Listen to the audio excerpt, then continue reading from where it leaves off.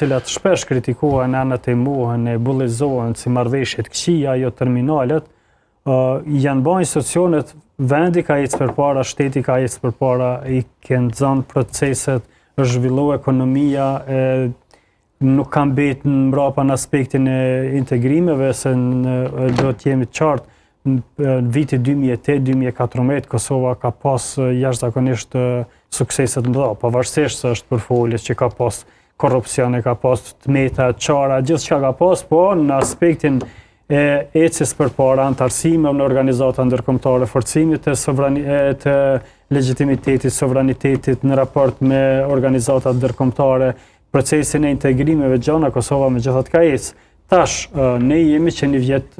gati po bëhat një vjet e gjys, jemi në krizë, dhe tash bëhat një farë, mëj me bëhat një farë krahasimi, ama mirë që ashtu me keq e me disa koalicionet harnune, e me ecë me gjithat me funksionu shteti, me ecë përpara, apo krizë mas krize, me u bloku gjithçka dhe me rreziku